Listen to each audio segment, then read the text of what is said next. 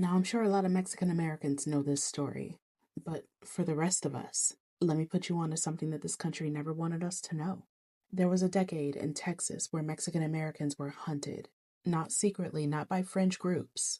I'm talking Texas Rangers, sheriffs, and white vigilantes, killing people with badges pinned to their chests like permission slips.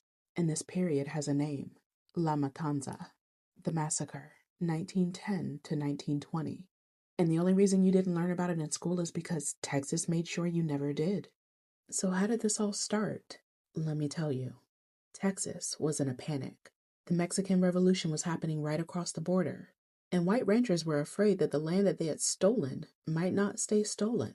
So the state did what America always does when it wants to justify violence. It manufactured a threat. Mexicans are dangerous. Mexicans are bandits. Mexicans are rebels. Mexicans are spies. And once you label an entire group as a threat, you've already written the permission slip for violence. That's when the killings began. Door-to-door raids, kidnappings, interrogations, shootings without trial. Some people were murdered crossing the wrong patch of road. Some were murdered just for being Mexican in the wrong town. Texas called it law and order, but history calls it what it was: state-sanctioned terror. Entire communities lived in fear of men on horseback wearing ranger badges. No warrants, no trials, no accountability. Historians confirm that hundreds of Mexican Americans were killed. And the real number may reach into the thousands, because most of those deaths weren't documented. Families were scared to ask questions. Bodies were dumped in the Rio Grande. Names went unrecorded. And witnesses stayed silent to stay alive. The Rangers carried out lynchings, public shootings, and executions without trial, all under the banner of protection. This wasn't a riot, it wasn't a conflict, it was a purge. By 1919, the violence was so widespread that Texas legislature had no choice but to launch an investigation. The Canales investigation. Hundreds of pages of testimony. Witnesses describing murders, tortures, disappearances. And what happened? Almost no one was punished.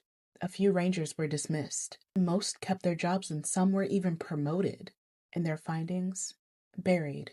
Not taught. Not acknowledged. Texas rewrote the story and turned the Rangers into heroes. They didn't forget La Matanza. They concealed it. This wasn't ancient history. People who survived La Matanza lived well into the 1980s and 1990s. Their grandchildren are alive right now.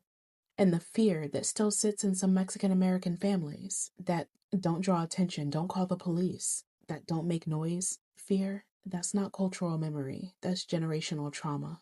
Meanwhile, the same Texas Rangers who carried out the killings, some of their names are still on state buildings, still in museums, still glamorized on TV. Texas preserved their mythology and erased the people they terrorized. La Matanza wasn't a footnote. It was an ethnic cleansing.